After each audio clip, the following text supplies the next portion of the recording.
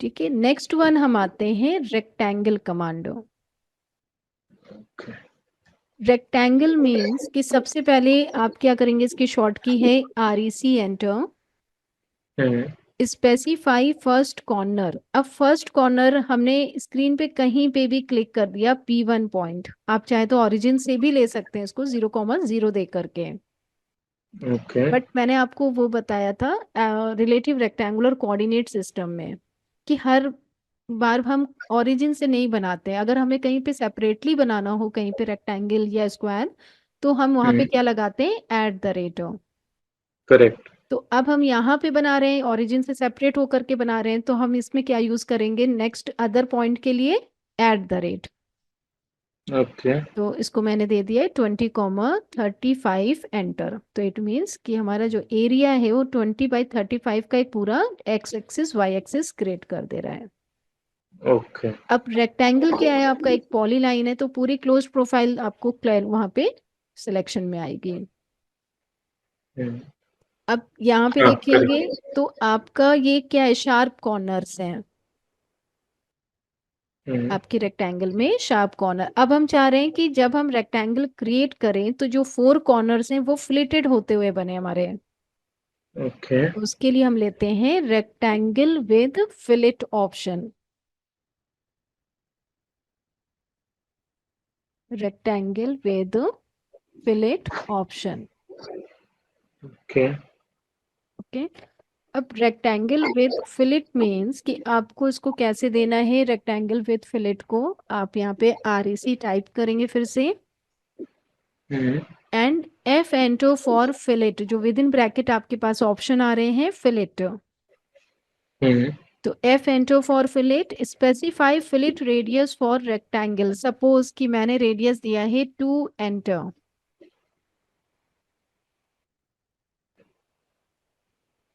Okay. Then specify first corner point. अब मैंने first corner point तो क्लिक किया, बट अदर कॉर्नर पॉइंट की अभी कोई भी वैल्यू नहीं है इसमें। ओके। तो अदर कॉर्नर पॉइंट के लिए मैंने यहाँ पे दिया है @20,20, एक स्क्वायर फॉर्म। ओके। तो आपके तो 4 ma'am corner, but it will be from like उसको इंक्लूड करके, राइट, हाँ द कॉर्नर इंक्लूड पॉइंट को कॉर्नर्स पॉइंट। लेके, राइट? यस, 20,20 आपका टोटल लेंथ है, जिसमें फ्लिटेड हो गया है आपका टू यहाँ पर 2 टू की mm। Radius. Yes. Okay. Okay. ठीक है, अब यहाँ पे क्या है, हमारे पास फ्लिटेड है, बट मुझे चाहिए कॉर्नर को चैम्फर करते हुए, मीन्स कॉर्नर्स के एजेस को कट करते हुए।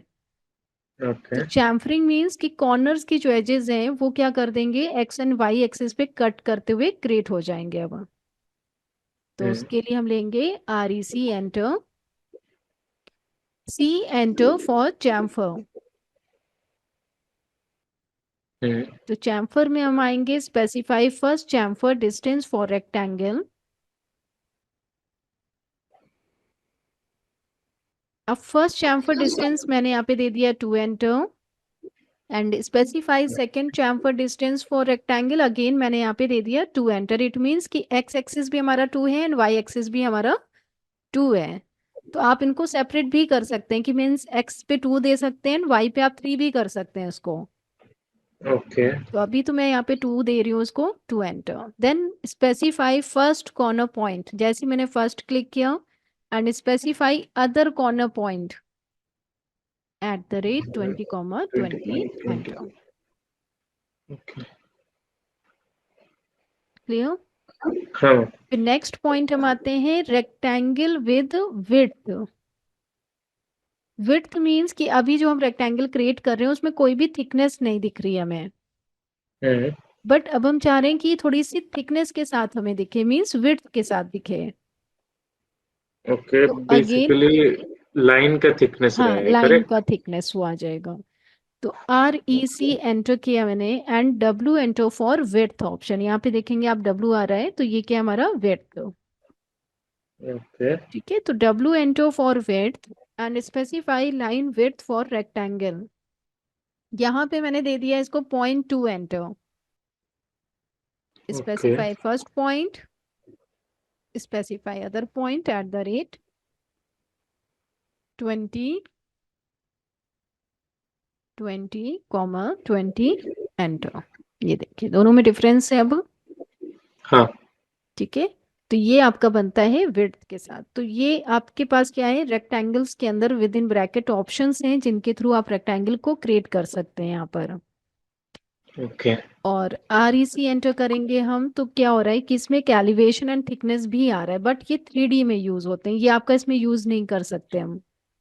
ओके ठीक है, और अगर जब हम रेक्टेंगल पे क्लिक करते हैं तो इसमें आता है एरिया डायमेंशन रोटेशन।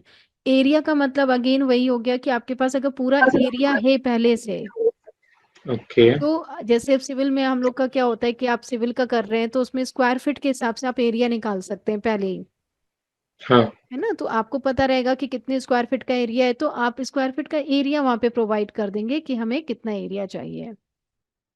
ओके जैसे सपोज मैंने 200 का एरिया ले लिया, उसमें से मुझे विड्थ पता है कि विड्थ है हमारी 20, तो इट मीन्स आपको वो खुद ही वहां पर क्या करेगा, क्रिएट कर बना के दे देगा। देगा। बस ओके वैसे ही डायमेंशन है आपके पास कि यहाँ पर आप REC एंटर करेंगे, फर्स्ट पॉइंट D एंटर किया मैंने डायमेंशन। तो अब इसमें लेंथ और विड्थ दोनों पूछ रहा है, मैंने दे दिया लेंथ है 30, विड्थ है 14, तो वो आपका फिर से क्रिएट कर देगा वैसे ही, ओके है ना।